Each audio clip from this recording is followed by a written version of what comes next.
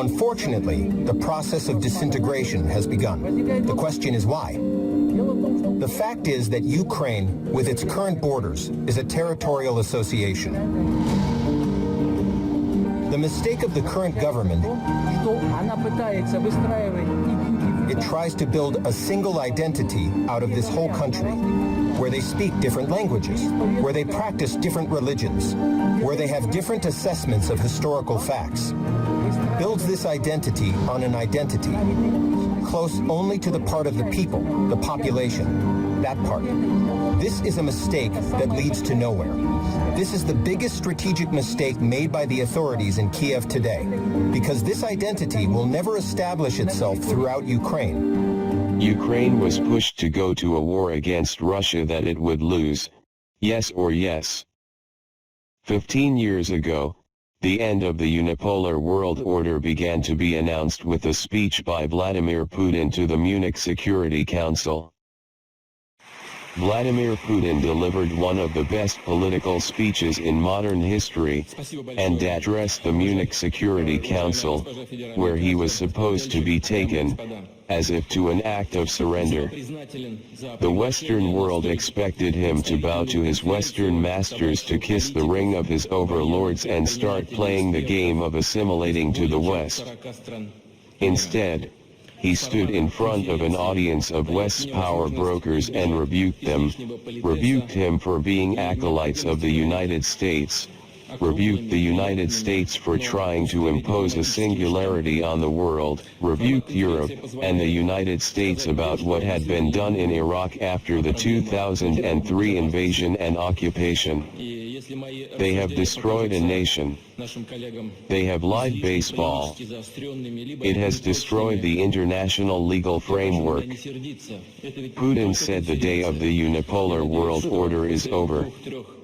The world will now move into a multipolar situation in which Russia will be one of the world's equals, and will include many different powers, including Russia and the United States, but also others. His speech was not well received, and, instead of listening to him, the United States and NATO doubled down on their bet in 2008. The Bucharest Security Summit for NATO formally invited Ukraine and Georgia to become members of NATO.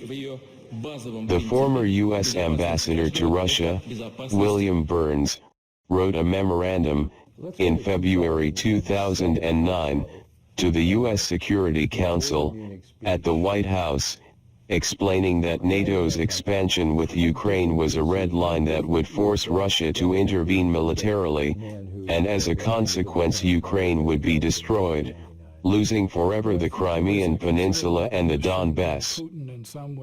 This warning, far from discouraging NATO enlargements, served as an incentive to seek war with Russia, and the US bloc, European Union, and NATO began to look for a war that would open the possibility of a defeat of Russia.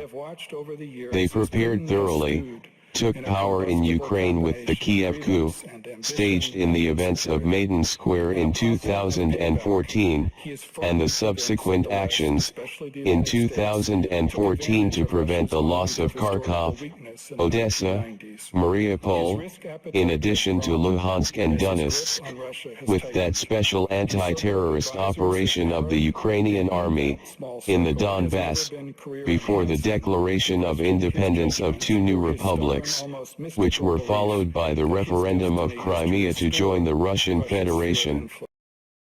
Before we begin to get into the matter of the future of Ukraine, we must bear in mind that U.S. ambassador in Moscow, who wrote the memorandum on Ukraine in 2009, is since January 2021, the director of the CIA, and observes how what he wrote a little more than 13 years ago is being fully fulfilled by Russia. Therefore, this armed conflict has been perfectly studied and planned by the US and its allies, knowing that Russia would have no choice but to intervene militarily in Ukraine, since at least February 2009. The Russian Federation, logically, also knew this, so it would be forced to intervene militarily. It was also carefully prepared, with the collection of weapons, ammunition, and all kinds of planning and logistical resources, essential to win the Western War. Being evident that this would happen, sooner or later, certain milestones of planning and operations are going through, among which are the union of Crimea again with Russia, the exit of the United Kingdom from the European Union, and all kinds of unspeakable operations until February 24, 2022, in which the Russian Federation, at last, intervene in Ukraine, as the West had so desired and sought. The sanctions against Russia, perfectly studied for years, quickly begin, trusting that Russia would be surprised and that it would lose the Putin presidency. In many operations, rebound effects occur, or boomerang, naturally as a response to the actions carried out, and in this case it is the West that suffers the consequences of those sanctions to a much greater degree than in the sanctioned Russia. Only fools believe their lies, and the West suffers and will suffer for its absurd, totally illogical actions, being led by the greatest team of fools, not to say ignorant, known in modern history. Possible maps of the future Ukraine. At the very least, Ukraine will lose, in addition to Crimea, the eastern and southern part of present-day Ukraine. Red borders of the new Russian territories. Map drawn on March 31, 2022. At the beginning of the conflict, this was, for me, the minimum objective that Russia would seek, in the face of its forced military intervention, by pure logic and inescapable necessity in order to obtain a minimum security in the Black Sea and in its new borders. I do not want to elaborate on explanations, nor do I intend to justify the reasons why Russia is obliged to achieve these minimum objectives. As operations develop and interact, it is normal for the initial objectives to change, while new information appears that forces us to expand those initial objectives. In that information appear the plans of the current government of Ukraine to obtain nuclear and biological weapons, to attack Russia and to be able to recover the lost territories. A second political map of the future Ukraine appears. In these maps, the expansion of objectives to conquer from Russia is wider than the initial one, and of course there can be a third and fourth expansion of territories to conquer. Back in 1991, the late Vladimir Zhirinovsky, 1946 to 2022, commented in a television interview, that in the future, when the issue of the independence of Ukraine was touched, it would be reduced to 6 regions in the western part bordering Poland and Belarus. With the following approximate map, it is appreciated with the edges in blue and a yellow dot those 6 regions to which Zhirinovsky mentioned.